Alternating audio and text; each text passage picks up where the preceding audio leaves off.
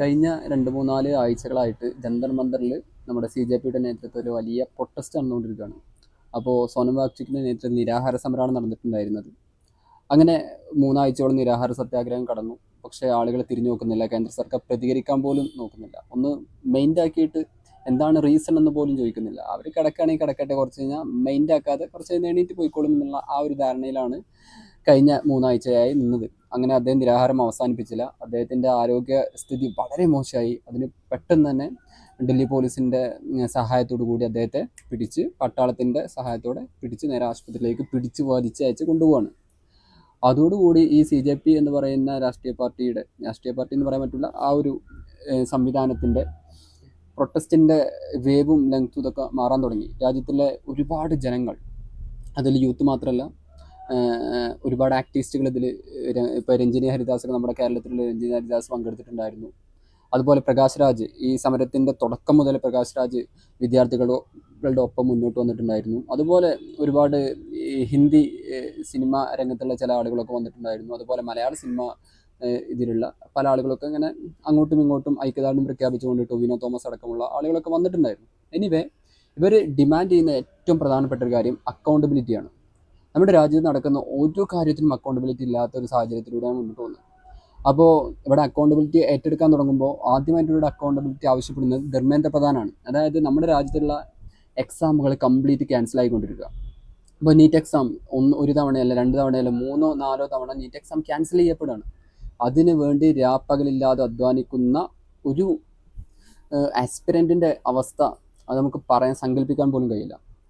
കാരണം മണിക്കൂറുകളും ദിവസങ്ങളും വർഷങ്ങളും അതിനുവേണ്ടി നീറ്റ് ഒരു വട്ടം ഫെയിലായി കഴിഞ്ഞാൽ നീറ്റ് റിപ്പീറ്റ് ചെയ്തുകൊണ്ട് പഠിക്കുകയാണ്. എന്നിട്ട് അവസാനം എക്സാം എഴുതി ഇത് കഴിഞ്ഞല്ലോ, ഫിനിഷായല്ലോ എന്ന് വിചാരിച്ച് പുറത്തിറങ്ങുമ്പോൾ എക്സാമിൽ ഏതെങ്കിലും ആളുകളുടെ അതോറിറ്റീസിൻ്റെ മാൽ പ്രാക്ടീസ് കാരണം ഇത് ലീക്ക് ചെയ്യപ്പെടുന്നു, എക്സാം ക്യാൻസൽ ചെയ്യപ്പെടുന്നു. നീറ്റ് മാത്രമല്ല, SSC ക്യാൻസൽ ചെയ്യപ്പെട്ടിട്ടുണ്ട്, CGL ക്യാൻസൽ ചെയ്യപ്പെട്ടിട്ടുണ്ട്, നെറ്റ് എക്സാം ക്യാൻസൽ ചെയ്യപ്പെട്ടിട്ടുണ്ട്. ഇങ്ങനെ തലങ്ങും വിലങ്ങും എക്സാം ക്യാൻസൽ ചെയ്യപ്പെട്ടിട്ടും യാതൊരുവിധ അക്കൗണ്ടബിലിറ്റിയും എടുക്കാത്ത ധർമ്മേന്ദ്ര പ്രധാൻ എന്ന് പറയുന്ന മിനിസ്റ്റർ രാജിവെക്കണമെന്നാണ് ഇവരുടെ ഏറ്റവും പ്രധാനപ്പെട്ട ആവശ്യം. പക്ഷേ മോദി ഗവൺമെൻറ് എന്ത് ചെയ്യുന്നില്ല, സമ്മതിക്കുന്നില്ല. അപ്പോൾ കഴിഞ്ഞ 2 ദിവസമായിട്ട് ഇതുമായി ബന്ധപ്പെട്ടുണ്ടായ ഒരു പ്രധാനപ്പെട്ട ഒരു അപ്ഡേറ്റ്, രാഹുൽ ഗാന്ധി വളരെ പെട്ടെന്ന് കോൺഗ്രസിൻ്റെ വിവിധ ചീഫ് മിനിസ്റ്റർമാരെ ഡൽഹിയിലേക്ക് വിളിപ്പിക്കുന്നു. അത് ഇൻ്റലിജൻസ് പോലും അറിഞ്ഞിട്ടില്ല. അങ്ങനെ പ്രതിപക്ഷ നേതാവ് നമ്മുടെ മുഖ്യമന്ത്രി VD സതീശൻ പോകുന്നു. അതുപോലെ സിദ്ധാരാമയ്യയുടെ സർക്കാർ DK ശിവകുമാർ പോകുന്നു. അങ്ങനെ പ്രധാനപ്പെട്ട MP എല്ലാവരും ഡൽഹിയിലേക്ക് എത്തുന്നു. വളരെ പെട്ടെന്ന് പ്രധാനമന്ത്രിയുടെ ആ ഒരു വസതിക്ക് മുമ്പിൽ നിന്നുകൊണ്ട് അവർ സമരം ചെയ്യുകയാണ്. ഇതിന് ഐക്യദാർഢ്യം പ്രഖ്യാപിച്ചുകൊണ്ട് പാർലമെൻറ്റ് അകത്തും പുറത്തും ഇതിന് ഒരു ലീഡർഷിപ്പ് ഏറ്റെടുത്തോടു കൂടിയാണ് ഇതൊരു വ്യാപിച്ച തരത്തിലുള്ളൊരു സമരമായി മാറുന്നത്. പ്രിയങ്ക ഗാന്ധി പങ്കെടുക്കുന്നുണ്ട്. സോണിയാഗാന്ധി 85 വയസ്സുള്ള സോണിയാഗാന്ധി ഈ സമരത്തിൽ മുന്നിട്ട് വരികയാണ്.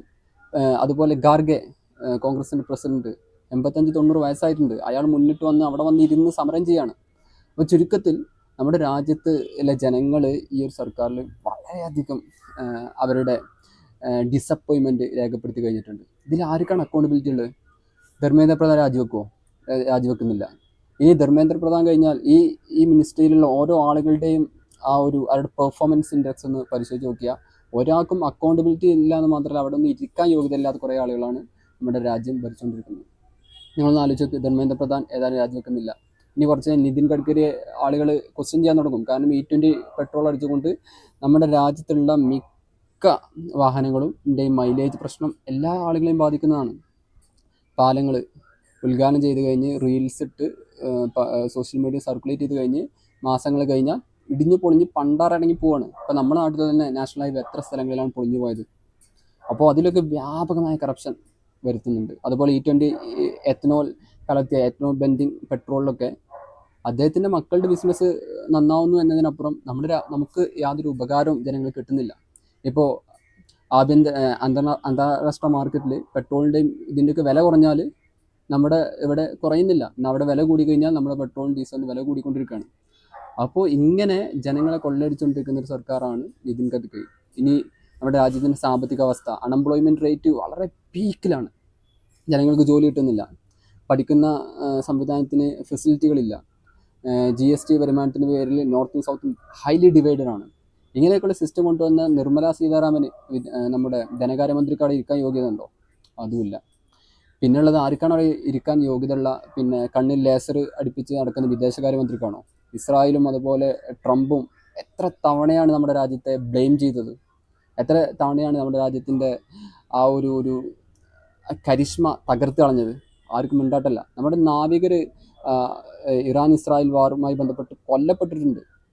അതുപോലെ അമേരിക്കൻ ആക്രമണത്തിൽ എത്ര ആളുകളാണ് മരണപ്പെട്ടു പോയിട്ടുള്ളത്? ഇപ്പോൾ ഇന്ത്യയിലെ ഒരു ഇവൻറ്റിൽ പങ്കെടുക്കാൻ വന്ന ഇറാൻ്റെ നാവികർ ആ കപ്പിൽ ഒന്നടങ്കം മുക്കിക്കളഞ്ഞു അമേരിക്ക. പക്ഷെ അതിൽ ഒരു പ്രതികരിക്കാൻ പോലും പറ്റാത്ത ഒരു സാഹചര്യമാണ് നമ്മുടെ നാട്ടിലുള്ളത്. അങ്ങനെയുള്ള ലീഡർഷിപ്പാണുള്ളത്. അതുകൊണ്ട് വിദേശകാര്യ മന്ത്രാലയത്തിന് അല്ലെങ്കിൽ വിദേശകാര്യ മന്ത്രിക്ക് അവിടെ ഇരിക്കാൻ യോഗ്യത ഉണ്ടോ? അപ്പോൾ അക്കൗണ്ടബിലിറ്റി ഒട്ടുമില്ലാത്തൊരു സർക്കാരിനാണ് ഇത്. നമ്മുടെ പൊളിറ്റീഷ്യന് മാത്രമല്ല, ഇത് ജുഡീഷ്യറിയുടെയും ഒരു ബാധകമാണ്. നമ്മളെ യൂത്ത് അവരുടെ പ്രധാനപ്പെട്ട ഒരു ഡിസപ്പോയിൻമെൻറ്റ് റേസ് ചെയ്യുമ്പോൾ, അവരുടെ വോയിസ് റേസ് ചെയ്യുമ്പോൾ അതിനെ എങ്ങനെയാണ് ജുഡീഷ്യറി സമീപിക്കുന്നത്? അവരാണ് ഈ CJP എന്ന് പറയുന്ന പാർട്ടി തന്നെ ഉദയം ചെയ്യാൻ പ്രധാനപ്പെട്ട കാരണം. സൂര്യകാന്ത് എന്ന് പറയുന്ന ചീഫ് ജസ്റ്റിസ് ആണ്. അയാൾ കോക്രോച്ചുകളെ പോലെ, പാറ്റകളെ പോലെയാണ് നമ്മുടെ രാജ്യത്തുള്ള യുവാക്കളെ, ജനങ്ങളെ കാണുന്നത്. പിന്നെ എങ്ങനെയാണ് പിന്നെ ഇവിടെ ഈ സിസ്റ്റം തന്നെ ഫെയിലിയറാണ്. ജുഡീഷ്യറി കറപ്ഷൻ അറ്റ് പീക്കാണ്. ഇപ്പോൾ ഇതുമായി ബന്ധപ്പെട്ട് ഈ CJPയുമായി ബന്ധപ്പെട്ട് ഉള്ള പ്രൊട്ടസ്റ്റിൽ സോനം വാങ്ചുക്കിനെ അറസ്റ്റ് ചെയ്യുമായി ബന്ധപ്പെട്ട് ഡൽഹി ഹൈക്കോടതിയിൽ പോകുമ്പോൾ ജുഡീഷ്യറി ഇതിലേക്ക് പിടിച്ചയക്കേണ്ടതാണ് അവിടുത്തെ ഒരു ജഡ്ജ് നിന്ന് പറയുന്നത്. പിന്നെ ഇവരൊക്കെ എന്തിനാണ് അവിടെ പോയി ഇരിക്കുന്നതെന്ന് ഒരു പിടുത്തം കിട്ടുന്നില്ല. അതുകൊണ്ട് നമ്മുടെ രാജ്യത്തെ ജനങ്ങൾ എല്ലാവരും അണിനിരന്നിട്ടുണ്ട്. ഇവർ വളരെ തല്ലി ഓടിച്ച് ഇവരെ എങ്ങനെയാണ് ആളുകൾ നേരിടുന്നത് കണ്ടാൽ തന്നെ അട്രോസിറ്റീസാണ് നമ്മുടെ രാജ്യ തലസ്ഥാനം നടക്കുന്നത്. ഇപ്പോൾ നിങ്ങൾ ആലോചിക്കുക, CRPFൻ്റെ യൂണിഫോമിലുള്ള ആളുകൾക്ക് പലർക്കും പേരില്ല. അവരുടെ പേരിൻ്റെ അവിടെ കറുത്ത് ഒരു CRPFൻ്റെ യൂണിഫോം ഇട്ട്, അല്ലെങ്കിൽ മറ്റ് പോലീസിൻ്റെ യൂണിഫോമുള്ള പലർക്കും പേരില്ല. ലാത്തി കൊണ്ട് ചേർക്കുന്ന ആൾക്കാർക്ക് യൂണിഫോം ഇല്ല. അങ്ങനെ പിന്നെ ഗോഡി മീഡിയ എന്ന് പറയുന്ന കുറേ മീഡിയ ഇതിനെ പാകിസ്ഥാൻ്റെയും അതുപോലെ ചൈനയുടെയും ബന്ധത്തിൻ്റെ പേരിൽ ആക്ഷേപിക്കുന്നു. അപ്പോൾ ഗോഡി മീഡിയ ഒക്കെ വളരെ എക്സ്പോസ് ചെയ്യാൻ ഈ പ്രതിഷേധക്കാർക്ക് കഴിയുന്നുണ്ട് എന്നത് ഒരു ആശ്വാസമാണ്. എനിവേ, ഇത് എത്രത്തോളം മുന്നോട്ട് പോകുമെന്ന് അറിയില്ല. ഇത് എന്താണ് ഇതിൻ്റെ ഒരു ഇമ്പാക്റ്റ് എന്ന് നമുക്ക് പ്രതീക്ഷിക്കാനേ കഴിയില്ല. ധർമ്മേന്ദ്ര പ്രധാൻ രാജിവെക്കുമെന്ന് നമുക്ക് ഉറപ്പില്ല. കാരണം അങ്ങനെയുള്ളൊരു ഗവൺമെൻറ്റാണ്. ഒട്ടും അക്കൗണ്ടബിലിറ്റി ഇല്ല, ട്രാൻസ്പെറൻസി ഇല്ല. പിന്നെ ഇതൊക്കെ ആരോട് പറയാൻ? നമ്മുടെ രാജ്യത്തിൻ്റെ ഒരു ഗതികെട്ട അവസ്ഥയാണിത് സൂചിപ്പിക്കുന്നത്. ജന്തർ മന്ദറിൽ വീണ്ടും പാറ്റകൾ അടിച്ചു കൊടുത്താലും വീണ്ടും ജന്തർ മന്ദറിലേക്ക് ആളുകൾ എന്ത് ചെയ്യാണ്? വരികയാണ്. വേക്കപ്പ് ചെയ്യട്ടെ, ജനങ്ങൾ ഉണരട്ടെ. ഈ പേടിച്ചുകൊണ്ട് എത്ര കാലം ജീവിക്കാൻ കഴിയും? I don't think so. അവർക്ക് എത്രത്തോളം ഈ ജനങ്ങളെ, നമ്മുടെ യൂത്തിനെ അടക്കി നിർത്തിക്കൊണ്ട്, ജൻസികളെ ഇല്ലാതാക്കിക്കൊണ്ട്, അവരുടെ വോയിസിനെ ഇല്ലാതാക്കിക്കൊണ്ട് എത്ര കാലം ഭരിക്കാൻ കഴിയും നമുക്ക് പറയാൻ പറ്റത്തില്ല. SIR ഇപ്പോൾ ആഭ്യന്തരമന്ത്രിയുടെ കേസ് പറയുകയാണെന്നുണ്ടെങ്കിൽ അതും കോമഡിയാണ്. നമ്മുടെ രാജ്യത്ത് ആരാണ് പൗരനെന്ന് ഇപ്പോഴും ഒരാൾക്കും ഡിസൈഡ് ചെയ്യാൻ പറ്റാത്ത സാഹചര്യമാണ്. ആധാർ പൗരത്വമല്ല, പാസ്പോർട്ട് പൗരത്വമല്ല, പാൻ കാർഡ് പൗരത്വമല്ല. ഇനി നമുക്ക് റേഷൻ കാർഡ് ഉണ്ടെങ്കിൽ അതുപോലും പൗരത്വമല്ല. പിന്നെ എന്താണ്, ആരാണ് നമ്മുടെ രാജ്യത്തിൻ്റെ പൗരനെന്ന് പോലും ഡിസൈഡ് ചെയ്യാൻ പറ്റാത്ത രൂപത്തിലുള്ളൊരു സാഹചര്യമാണ് നമ്മുടെ അമിത്ഷാജിയുടെ ആഭ്യന്തരമന്ത്രിയുടെ അവസ്ഥ. അപ്പോൾ ഇങ്ങനെയൊക്കെയാണ് നമ്മുടെ രാജ്യത്തിൻ്റെ കറപ്ഷൻ അറ്റ് പീക്കാണ്. എല്ലാ സിസ്റ്റത്തിൻ്റെ ഓരോ അടരുകളിലും കറപ്ഷനുണ്ട്. അത് സാമ്പത്തികമായിട്ടുള്ള കറപ്ഷൻ ആവണമെന്നില്ല, ഒട്ടും ട്രാൻസ്പെറൻസി ഇല്ലാത്ത രൂപത്തിലാണ് കാര്യങ്ങളൊക്കെ പോകുന്നത്. അപ്പോൾ ഇത് എത്രത്തോളം മുന്നോട്ട് പോകുന്ന അറിയില്ല.